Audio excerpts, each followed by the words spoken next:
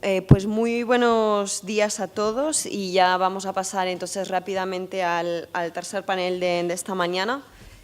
Antes de empezar, quisiera sumarme a los agradecimientos por la realización de este seminario a Casa Árabe, a la Red Sindical de Migraciones Mediterráneas y Subsaharianas, especialmente a sus miembros españoles, Comisiones Obreras y USO, pero también a los que han hecho un esfuerzo desde los otros sindicatos y de la CGT francesa. Por ejemplo, aquí tenemos un representante de esa organización, pero también y sobre todo unas gracias especial a mi compañero de la Fundación Ebert, a Sami, que promueve y que dirige el programa PROMIC de la Fundación Ebert. Bueno, entonces este panel lo que va a intentar, digamos, es a nivel geográfico poner el enfoque sobre Europa. Simplemente antes de pasarle la palabra a nuestros ponentes, es verdad que desde un punto de vista europeo, cuando pensamos en migraciones y lo relacionamos con la Unión Europea, nos vienen instintivamente a la cabeza imágenes y sobre todo cifras del 2015, cuando llegaron a Europa cerca de 1,8 millones de migrantes, sobre todo vía el Mediterráneo y luego los Balcanes. Aunque esta situación haya cambiado bastante, o sea, las cifras han ido descendiendo, 500.000 migrantes en el 2016 y 155.000 en lo que va de año 2017, la presión sigue siendo bastante importante y sobre todo en el Mediterráneo, en sus rutas occidentales, orientales y centrales. Pero esto en realidad relata solo una parte de lo que es la realidad de la inmigración en Europa. Y según cifras de Eurostat, en 2016, 4,7 millones de personas inmigraron hacia Estados miembros de la Unión Europea, Unión Europea 28, de los cuales 2,7 millones eran ciudadanos de países tercios. Y entonces a enero de 2016 se contabiliza que vivían en la Unión Europea 20,7 millones de ciudadanos de países tercios y 35,1 millón de personas nacidas fuera de la Unión Europea, sobre una población total de más o menos 500 millones en la Unión Europea. Como ya hemos visto en las anteriores mesas, la inmigración se trata de un fenómeno extremadamente complejo que la Unión Europea aborda de manera compartida junto con sus Estados miembros. Y su política se sustenta sobre un enfoque equilibrado de la inmigración, es decir, que por un lado intenta asegurar la integración y los derechos de los inmigrantes residiendo en la Unión Europea de manera legal, e igualmente luchar contra la inmigración ilegal. Igualmente, otro de los otros principios que sustentan sus políticas es el principio de solidaridad. Bueno, sin más transición, para ayudarnos a establecer más claramente un estado de la cuestión, tenemos el placer de contar hoy con tres ponentes, con José Antonio Moreno, del Comité Económico y Social, el CESE de Bruselas, a Santiago González, del Departamento Internacional de USO, igualmente a Mohamed Maktouf, que es del Departamento de Internacional y Migraciones de la UGTT. Pues le voy a ceder la palabra a José Antonio. Tenemos unos 10 minutos más o menos. Gracias. Buenos días a todas y a todos. Muchísimas gracias. Creo que es justo reconocer el agradecimiento a la buena disponibilidad e inmediata disponibilidad de la Casa Árabe para habernos cedido estas magníficas instalaciones en una manera rápida, la iniciativa de la Fundación Friedrich Ebert para también tener el impulso necesario y sobre todo el esfuerzo de los compañeros y compañeras que han venido de países lejanos para poder plantear algunas reflexiones hoy. Decía Castelar que a las 12 de la mañana en Madrid quien no ha dado una charla se la van a dar, ¿no? Entonces estamos en esas ahora y por lo tanto me toca a mí darles a ustedes la charla en este momento. También decía nuestro querido Eduardo Galeano, que cuando creíamos tener las respuestas nos han cambiado las preguntas, ¿no? Y bueno, pues no esperen de mí respuestas, esperen de mí reflexiones compartidas, dudas y sobre todo muchas incertidumbres, ¿no? Incertidumbres de lo que nos está pasando. Y sobre todo, de momento, establecer un mínimo diccionario que yo creo que tenemos que manejar la batalla del lenguaje, porque el lenguaje quizá posiblemente sea la primera batalla que se pierde, ¿no? Primero se nos ha hablado de la Unión Europea de la crisis de los refugiados. Doble mentira. Doble mentira. No es una crisis, porque lo que Europa, tomando por Europa la Unión Europea, empieza a recibir en forma de flujos migratorios de personas que huyen de una situación trágica, es un proceso que había empezado 5 años antes en Siria. Es decir, lo que Europa empieza a percibir a partir del año 2015 había empezado en Siria en 1999, incluso con el respaldo de potencias occidentales a alguno de los bandos. Por lo tanto, eso no es una crisis. Una crisis es algo que surge de manera súbita e imprevista. Por lo tanto, no es una crisis. Y, en segundo lugar, no es de refugiados, no.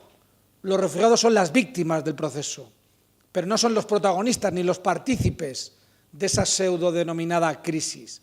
Si lo que demuestra esa mal llamada crisis de los refugiados es, sobre todo, una crisis de la Unión Europea y una crisis del modelo de construcción de la Unión Europea. Una Unión Europea que, recuerden ustedes el artículo 2 del Tratado de la Unión Europea, que se fundamenta en unos valores comunes de solidaridad, respeto a la diversidad, tolerancia, libertad de pensamiento y libertad ideológica, y que la Unión Europea, como consecuencia de la crisis económico-financiera que surge a partir del año 2007, empieza a no respetarse a sí misma. Hubiese sido impensable, a principios de los años 2000, que la Unión Europea no hubiese estado a la altura de sus obligaciones internacionales en cuanto a proteger a personas que venían a Europa en búsqueda de eso, de protección internacional. Pero, sin embargo, como consecuencia de una crisis económico-financiera que se plasma en el austericidio, que da consecuencia a una crisis ideológica de valores y, sobre todo, de principios de la Unión Europea, nos enfrentamos a un escenario de insolidaridad, de individualismo y de sálvese quien pueda, que se plasma sobre todo en posiciones tremendamente egoístas de algunos países con respecto a las obligaciones de acogida de solicitantes de protección internacional. En este diccionario también les quiero hablar de que no se trata de solidaridad con las personas que buscan protección internacional. No quiero hablar de refugiados, porque técnicamente no son refugiados. El refugiado tiene un estatuto jurídico concreto que emana de la Convención de Ginebra del 51, pero gran parte de las personas que llegan a la Unión Europea son personas que buscan protección internacional, que podrán ser refugiados o podrán gozar de un estatuto de protección subsidiaria o de otro tipo de protecciones, pero no necesariamente todos serán o todas serán refugiados o asilados. Pueden ser otra cuestión diferente y no son todos refugiados. Digo, el papel de los Estados miembros con respecto a la mal llamada crisis de los refugiados no es un papel de solidaridad, de caridad o de buen rollo. No. Los países miembros de la Unión Europea tienen la obligación, tienen la responsabilidad internacional de proteger a las personas que llegan a sus fronteras huyendo de situaciones de persecución internacional. Punto. Por lo tanto, primer mito que debemos deshacer. No se trata de ejercer una solidaridad malentendida, se trata de cumplir la responsabilidad internacional que los 28 países miembros de la Unión Europea a día de hoy, 27 más 1, tienen contraído desde el momento en que ratifican la Convención de Ginebra de 1951. Esa responsabilidad internacional se debe traducir en una solidaridad interna de reparto, porque evidentemente la situación geoestratégica de algunos países, léase especialmente Grecia e Italia, en menor medida Malta, pero también España, no puede suponer que asumamos en un conjunto de naciones, en el marco de una comunidad de intereses, una mayor carga de responsabilidad sin un principio interno de solidaridad, que es lo que no se ha respetado. Y el ejemplo de este no respeto es el famoso grupo de Visegrado, ¿no? Este grupo de países irredentos, insumisos, que se niegan a asumir ni un solo solicitante de protección internacional. Dice Jean-Claude Juncker, que como ustedes bien saben es nuestro presidente en este momento de la Comisión, que el problema está en Europa. Sí. Pero una cosa les tengo que decir, la solución solo está en Europa. que nadie crea que la gestión de los flujos migratorios pasa por políticas nacionales de carácter individual. O aquí se consigue establecer un pacto de mínimos en la Unión Europea para afrontar una política de inmigración común que determine unos canales legales, ágiles, eficaces y garantes para las personas que quieren venir a Europa a buscar su mejor futuro, o aquí no vamos a avanzar nada, vamos a ir empeorando. Otra cosa que les quería aclarar dentro de este cúmulo de dudas que me invaden desde hace bastante tiempo es que la aparición en la agenda de la mal llamada crisis de refugiados y el conocimiento que se tiene sobre los refugiados ha hecho desaparecer totalmente de la agenda la figura del inmigrante económico. El inmigrante económico ya no está en la agenda de la Unión Europea, no aparece, ni la modificación de su estatuto, ni los canales legales, etcétera, etcétera. Todo el mundo se fija en los solicitantes de protección internacional. Es necesario que como sindicalistas, es necesario que como sociedad civil organizada reivindiquemos también la necesidad de articular mecanismos de llegada para personas que huyen de sus países por motivos socioeconómicos, sociolaborales o incluso medioambientales, como ya se ha mencionado en esta mesa. Hay buenas noticias en la Unión Europea. Y las buenas noticias es que sí, efectivamente, el proceso, la Comisión Europea en mayo del año 2015, como consecuencia de la salida de más de 5 millones de personas solo de Siria salen 5 millones de personas en busca de protección internacional.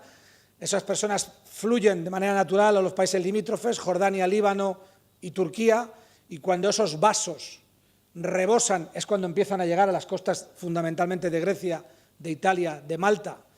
Cuando en el año 2015 la Unión Europea se da cuenta de que hasta ese momento había hecho la política del avestruz y no había querido ver qué estaba ocurriendo con la catástrofe humanitaria en Siria, es cuando decide plantear sobre la mesa un plan sobre inmigración con el famoso acuerdo de reubicación y reasentamiento de otoño del 2015 y con la revisión de la nueva agenda de inmigración.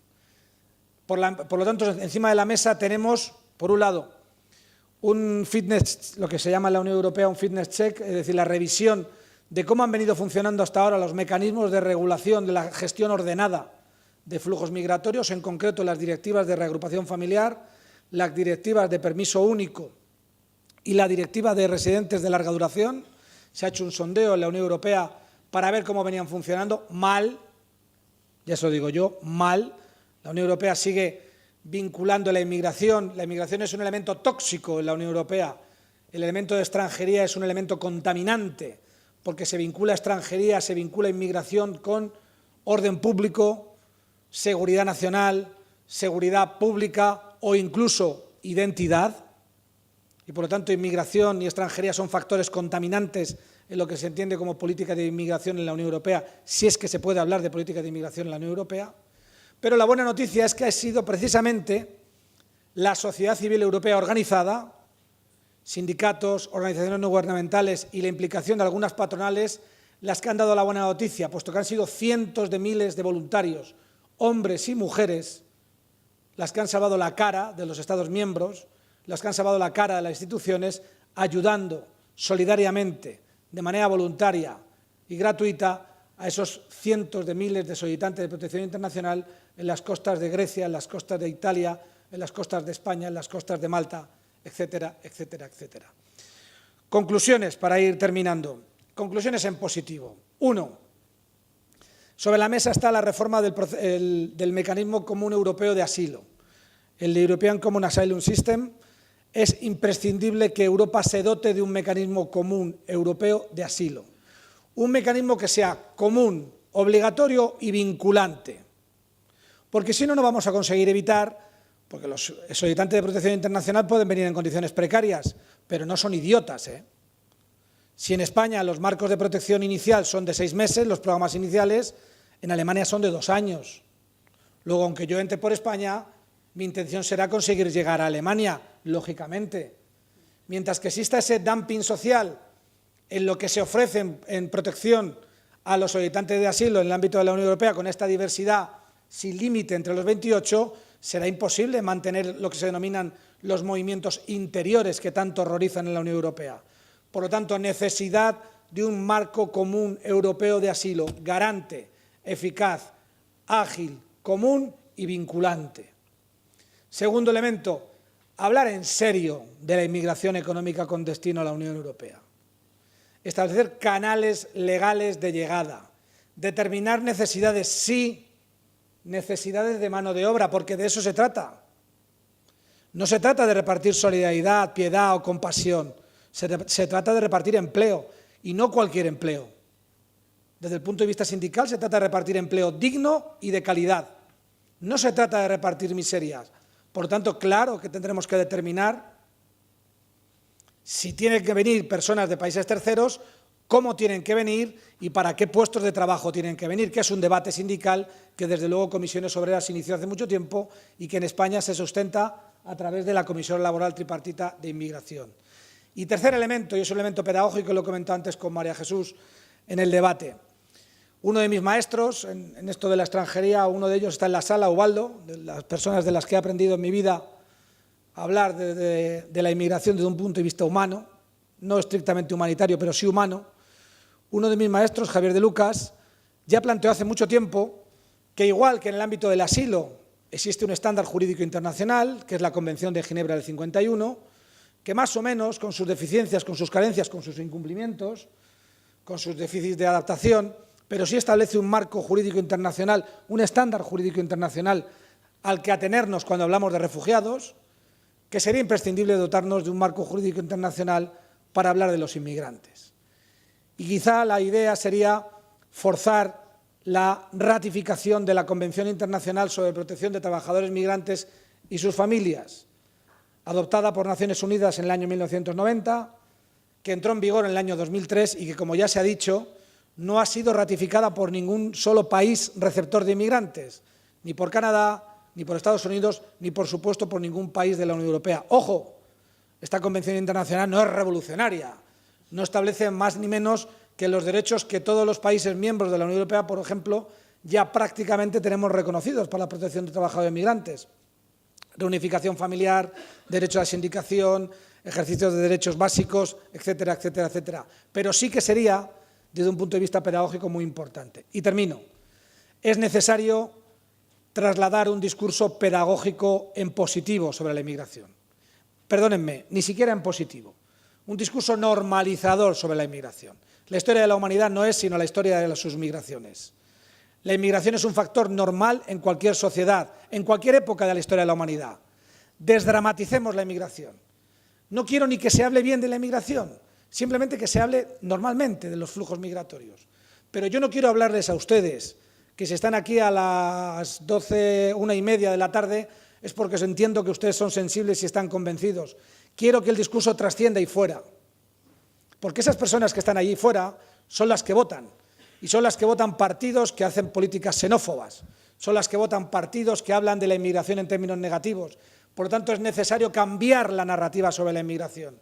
Es necesario hacer pedagogía social sobre la normalidad de la migración para cambiar resultados de lo que mal llaman populismos. Nuevamente perdemos la batalla del lenguaje. Señoras y señores, el fantasma que recorre Europa no es el populismo. El fantasma que recorre Europa es el fascismo. El poner la culpa en el otro, el poner la culpa en el diferente, el culpar al extraño, al que tiene un color de piel diferente, una religión distinta o una ideología diferente, eso ha sido lisa y llanamente fascismo toda la vida. Ahora se habla de populismo. No, no es verdad. Los partidos en Austria, en Alemania, en Bulgaria, en Grecia, en Italia son partidos fascistas. Y frente a ello, pedagogía y cambiar el discurso. Muchas gracias.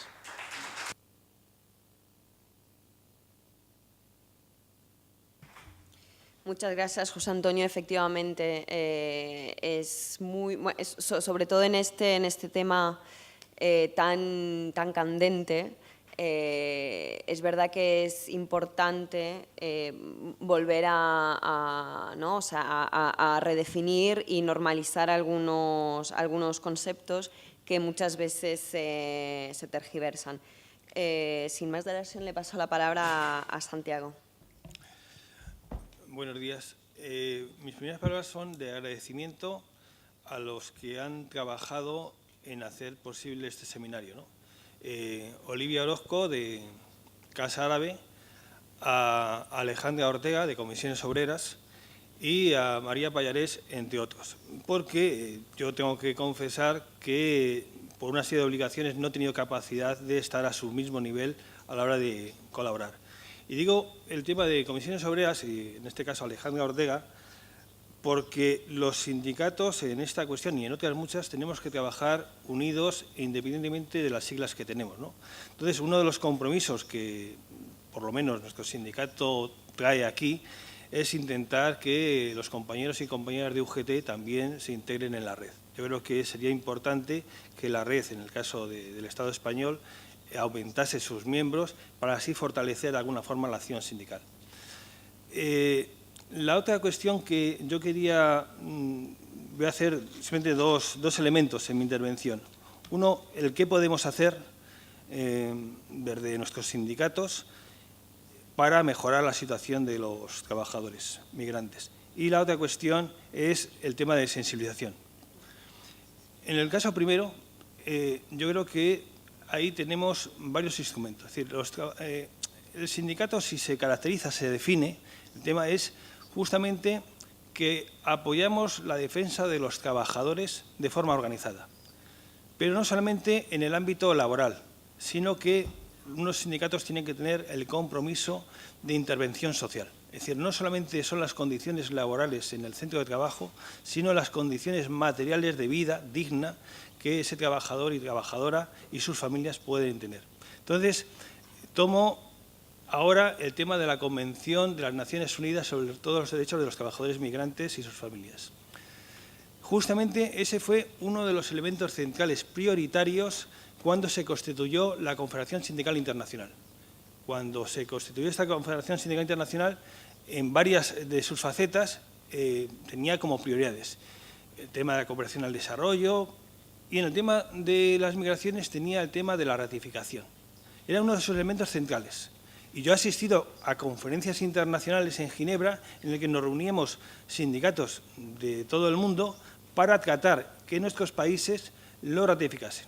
Y, por ejemplo, en la red, justamente Marruecos, Mauritania, Túnez, Mali, tienen ratificado el convenio y ningún país europeo lo tenía. Cuando discutíamos en Ginebra sobre esta cuestión, había reservas de sindicatos del primer mundo.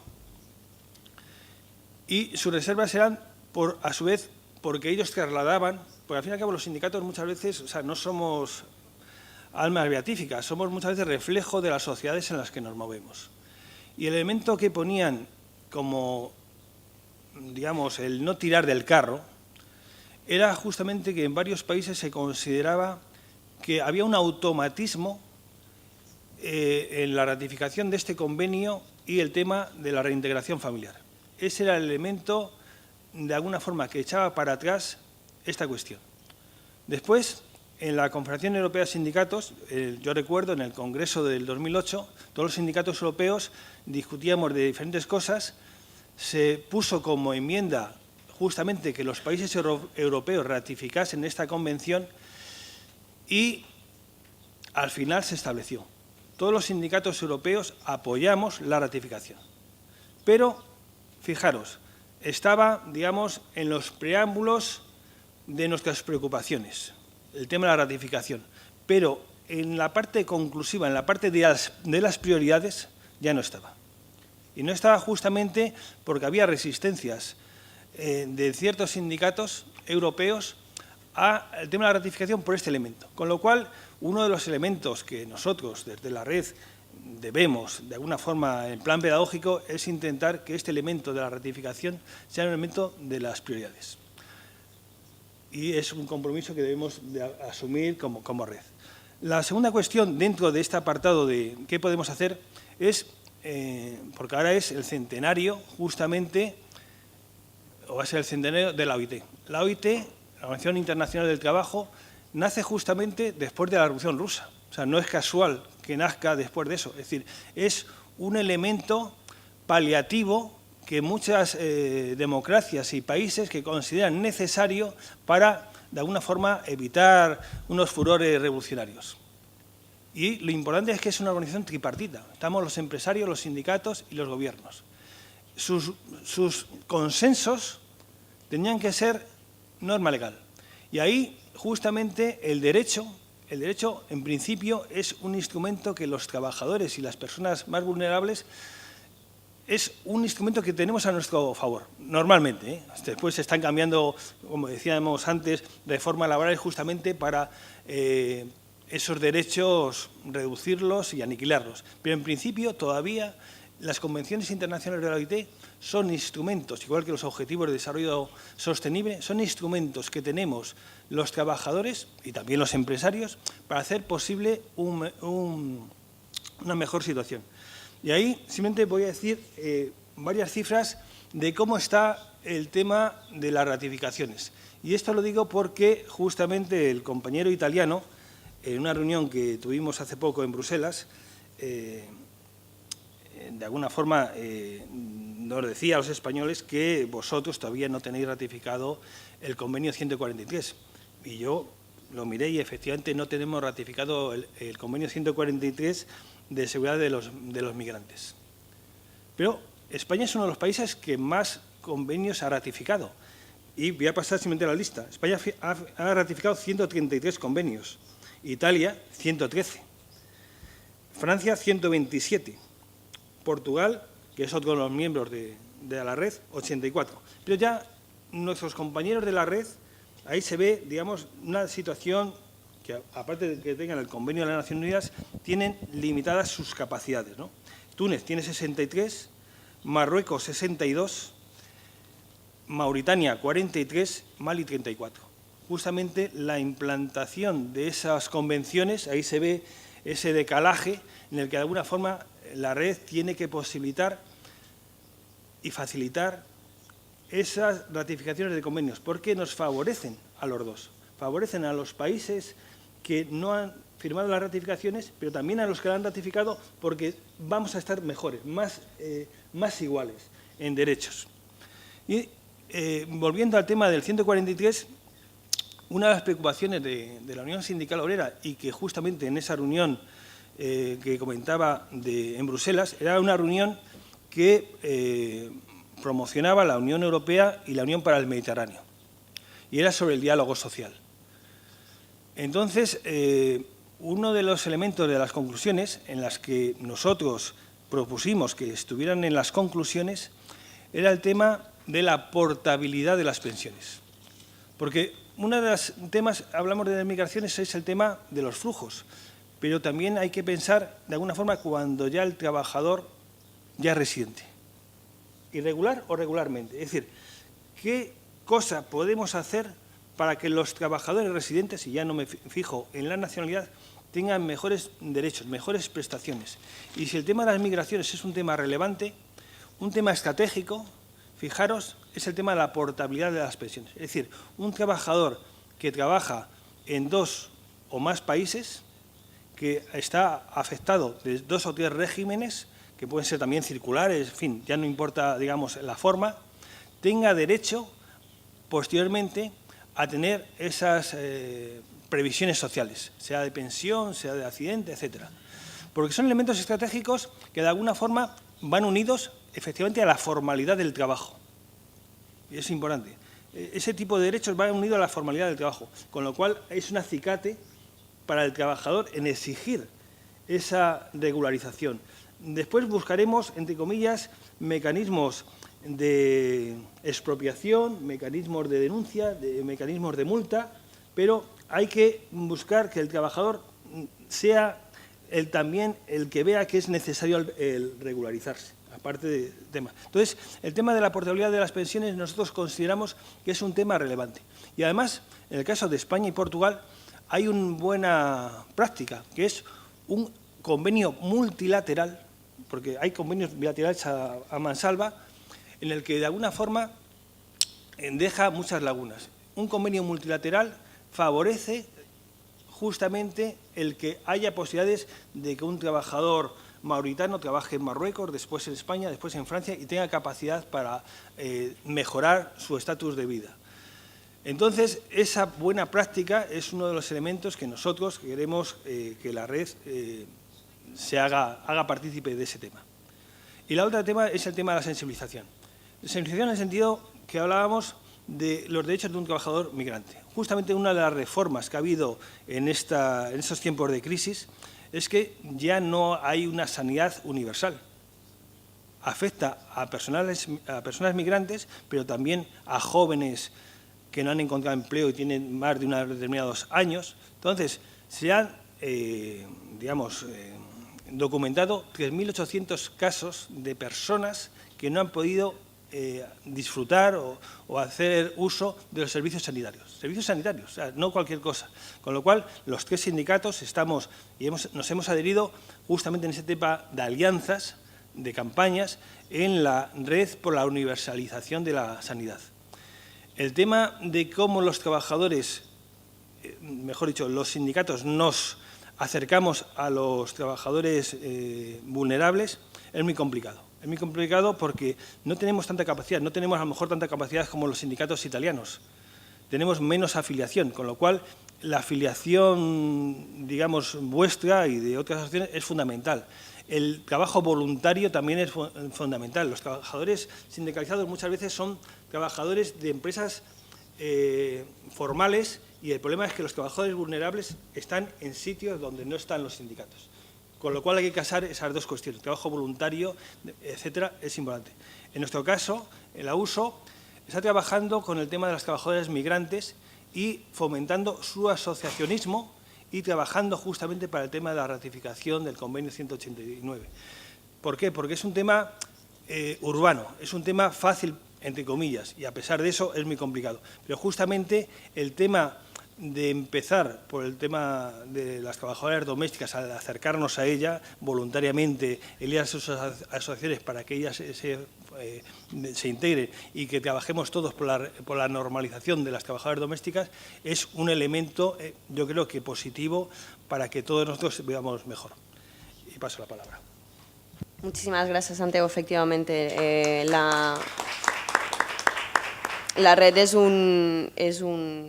bueno, tiene mucho potencial para ser un instrumento importante y eficaz y, sobre todo, desde el punto de vista de la sensibilización.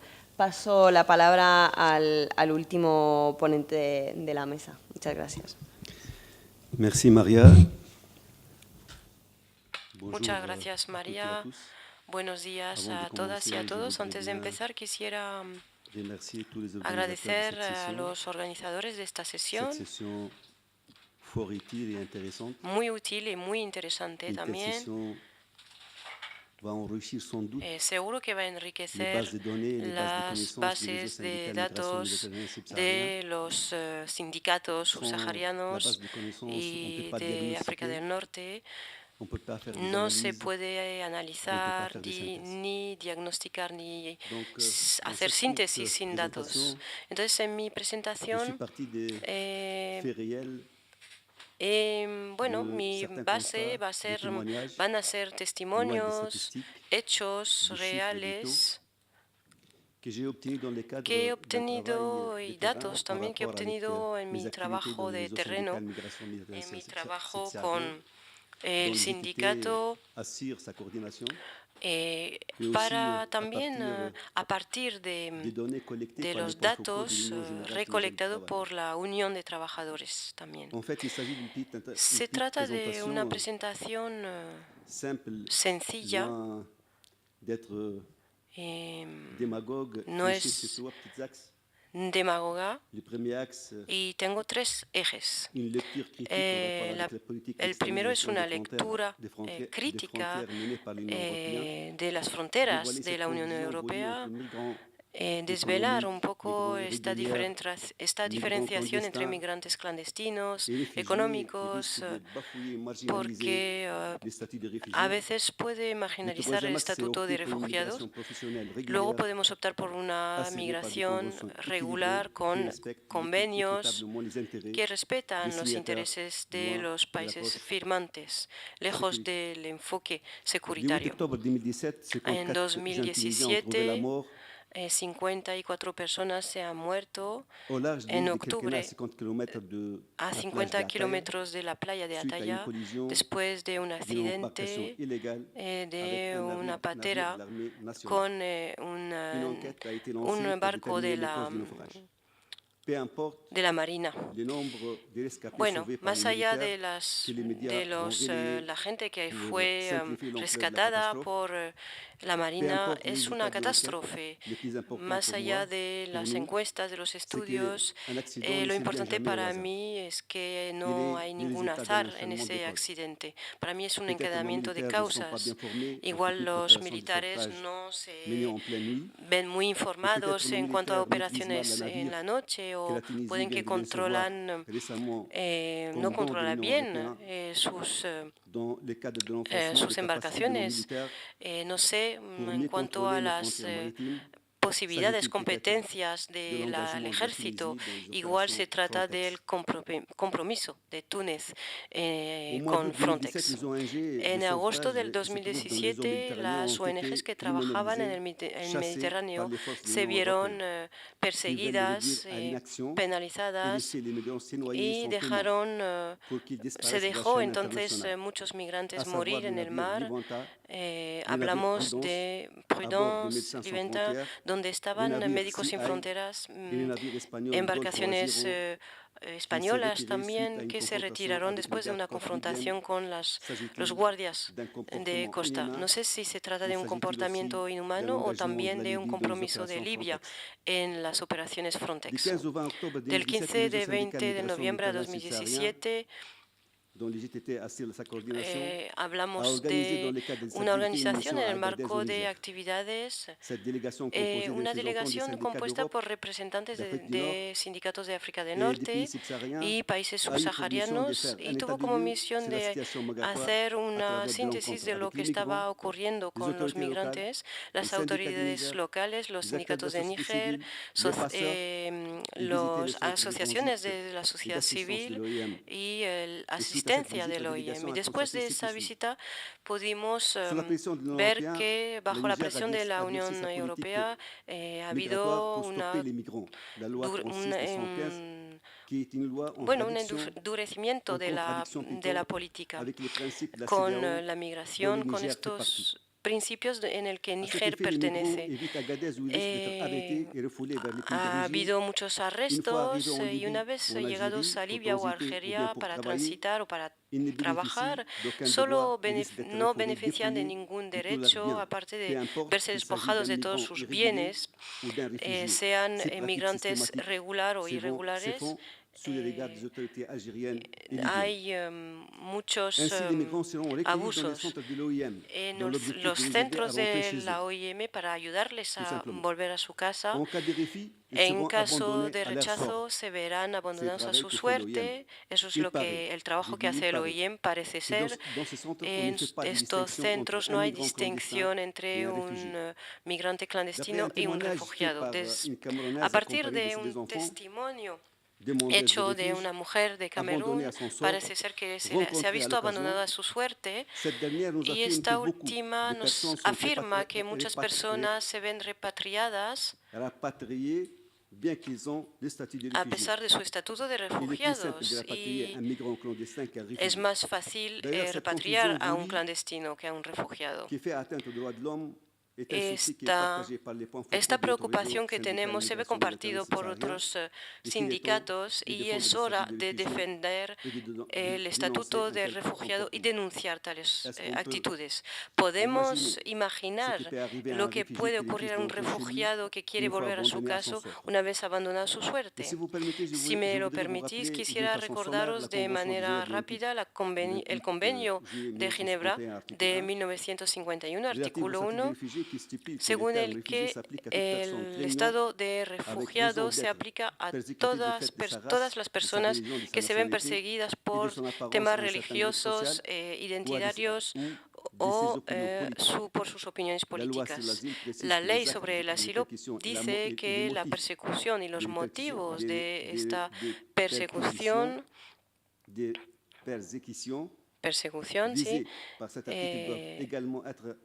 tiene que verse apreciado con las condiciones contempladas por las directivas europeas. Ces migrants illégaux, beaucoup d'entre eux sont des réfugiés. y muchos son inmigrantes que huyen su país para luchar contra la situación o para tratar de encontrar salidas. Estos fenómenos agravados por las campañas también o manifestados más a través de las campañas políticas y de medios de comunicación que estigmatizan más a los migrantes, dan más confusión a la situación de los migrantes.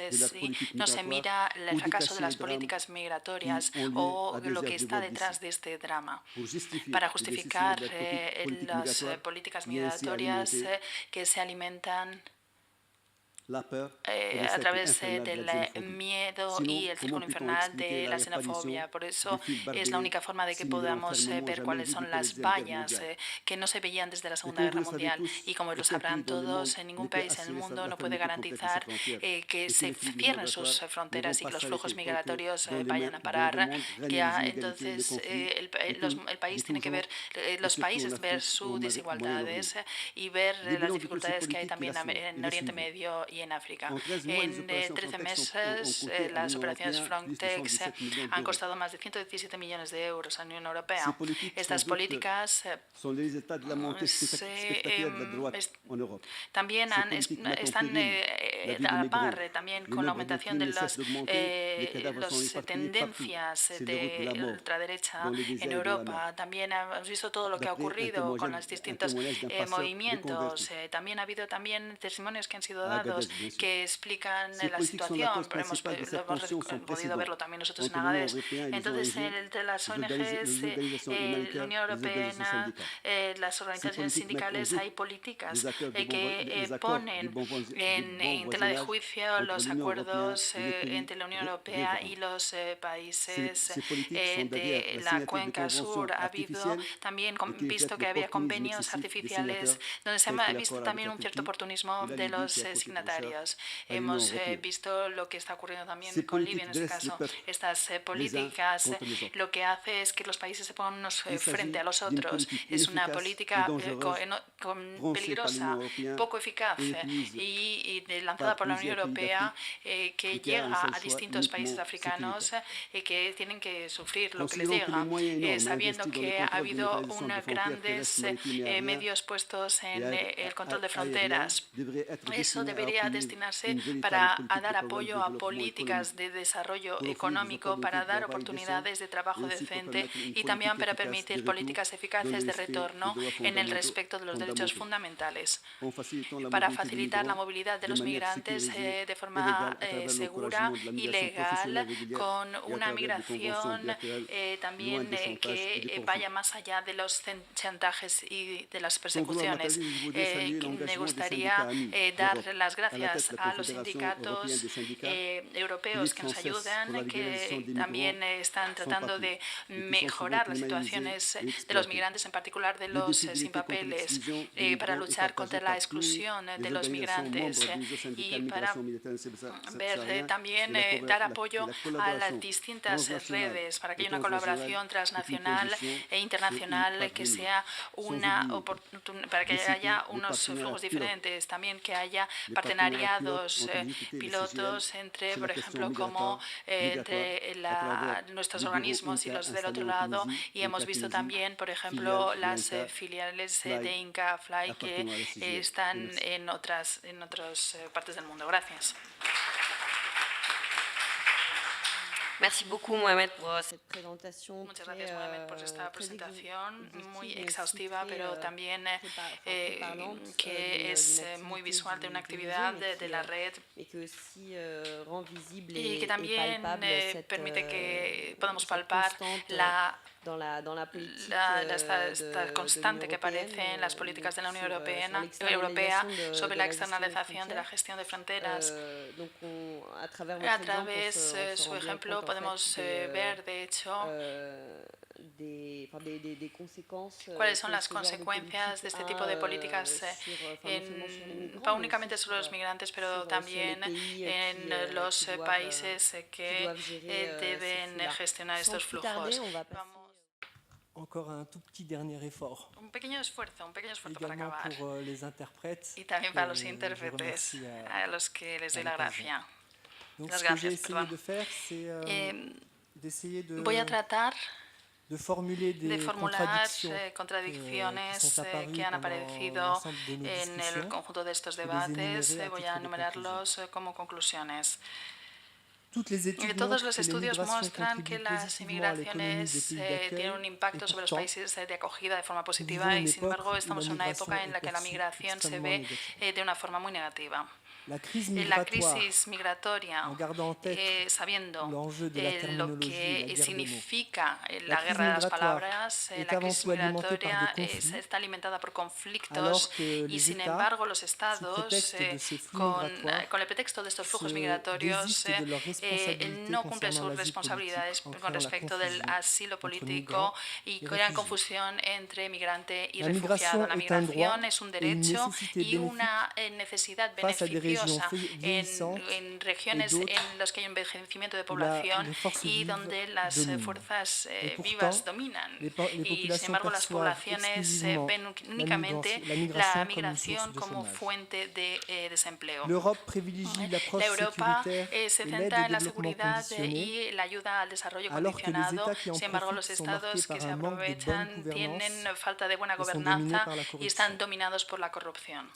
Las normas internacionales, que sean Naciones Unidas o las otras que pueden existir, están ahí y los países han decidido tener un pacto global que, como he dicho, no será vinculante.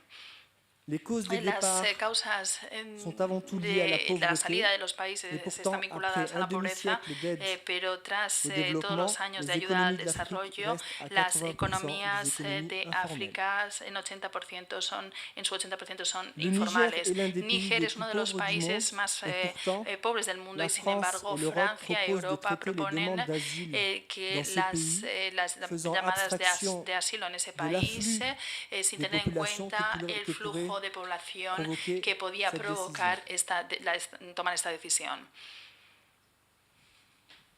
Los sindicatos están directamente implicados por estas políticas migratorias y, sin embargo, para muchos de ellos las autoridades gubernamentales solo ponen como tiritas sociales con respecto de estas políticas o simplemente ignorar la presencia de extranjeros en el mercado laboral. En un contexto de riesgo, de seguridad y de ilusión en tratar de parar la movilidad de las personas, las palancas de migración legal están poco activadas. Los estados del sur son los países receptores fundamentales de refugiados en el mundo y, sin embargo, Europa da la impresión de ser el primero en su globalidad a acogerlos. Hay un conjunto importante de actores sociales sobre el terreno, pero la colaboración sigue estando limitada en cuanto a que tengan voz. La cooperación internacional sobre la inmigración nunca ha tenido tanta financiación y, sin embargo, estamos frente a un deterioro de la situación. Las redes de tráfico se han organizado más allá de las fronteras y las organizaciones, incluso los estados, no tienen cooperación transnacional, además, aparte de la de militarizar las fronteras. Se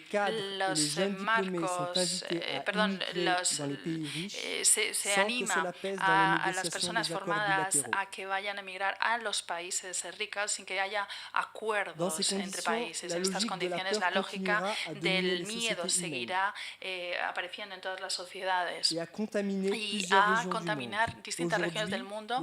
Hoy los países de la CEDEAO, los miembros de los países de la CEDEAO no pueden desplazarse en su región con toda la libertad por las políticas de inmigración de la Unión Europea.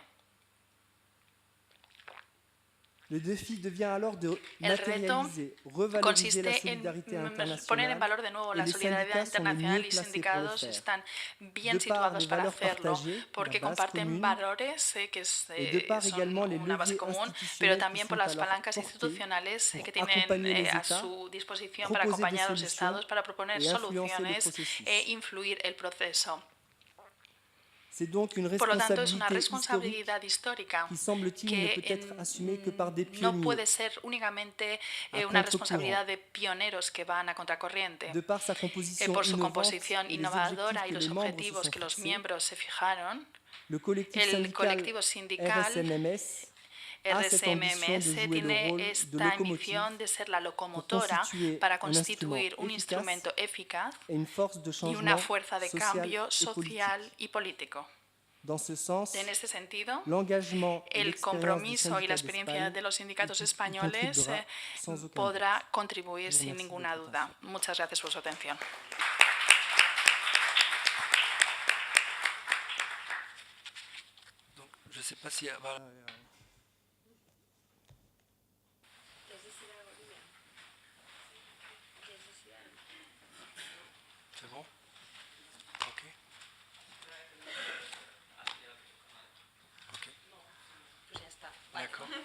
Bon, bah alors, on vous remercie de votre présence et de votre participation. Je pense que creo que tendremos ocasión de continuar con los debates en España y en los otros países que están representados en el colectivo y gracias a todos y que puedan seguir bien con su trabajo.